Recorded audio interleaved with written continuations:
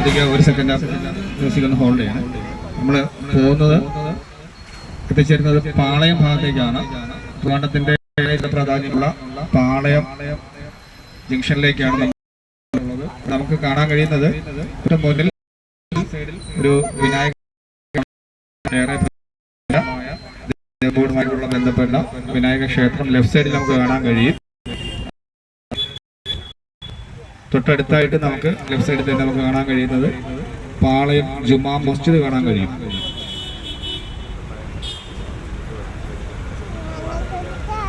തിരുവിതാംകൂർ ദേവസ്വം ബോർഡിന്റെ കീഴിലുള്ള വിനായക ക്ഷേത്രമാണ് ലെഫ്റ്റ് സൈഡിൽ നമ്മൾ കാണുന്നത്. ഏറെ പ്രാധാന്യമുള്ളതാണ്. അതുപോലെ തന്നെ പാളയം മുസ്ലിം പള്ളിയാണ് ലെഫ്റ്റ് സൈഡിൽ നമുക്ക് കാണാൻ കഴിയുന്നത്. ശ്രദ്ധിക്കുക, തൊട്ട് മുന്നിൽ റൈറ്റ് സൈഡിലായിട്ട് നമുക്ക് ഏറെ പ്രശസ്തമായ പാളയം ചർച്ചാണ് അടുത്തതായിട്ട് നമുക്ക് കാണാൻ കഴിയുന്നത്. പാളയം ചർച്ച് റൈറ്റ് സൈഡിൽ നമുക്ക് കാണാൻ കഴിയും.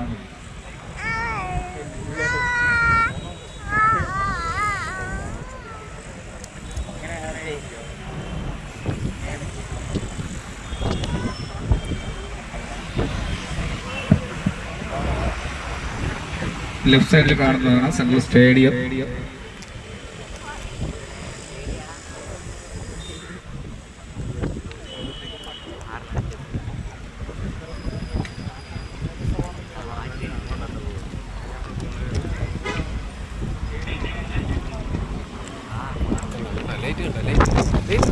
അടുത്തതായി ലെഫ്റ്റ് സൈഡിൽ നമുക്ക് കേരള നിയമസഭാ മന്ദിരം കാണാൻ കഴിയും. ലെഫ്റ്റ് സൈഡിൽ കേരള നിയമസഭാ മന്ദിരം ഇടത് ഭാഗത്ത് കാണുന്നതാണ് കേരള നിയമസഭാ മന്ദിരം.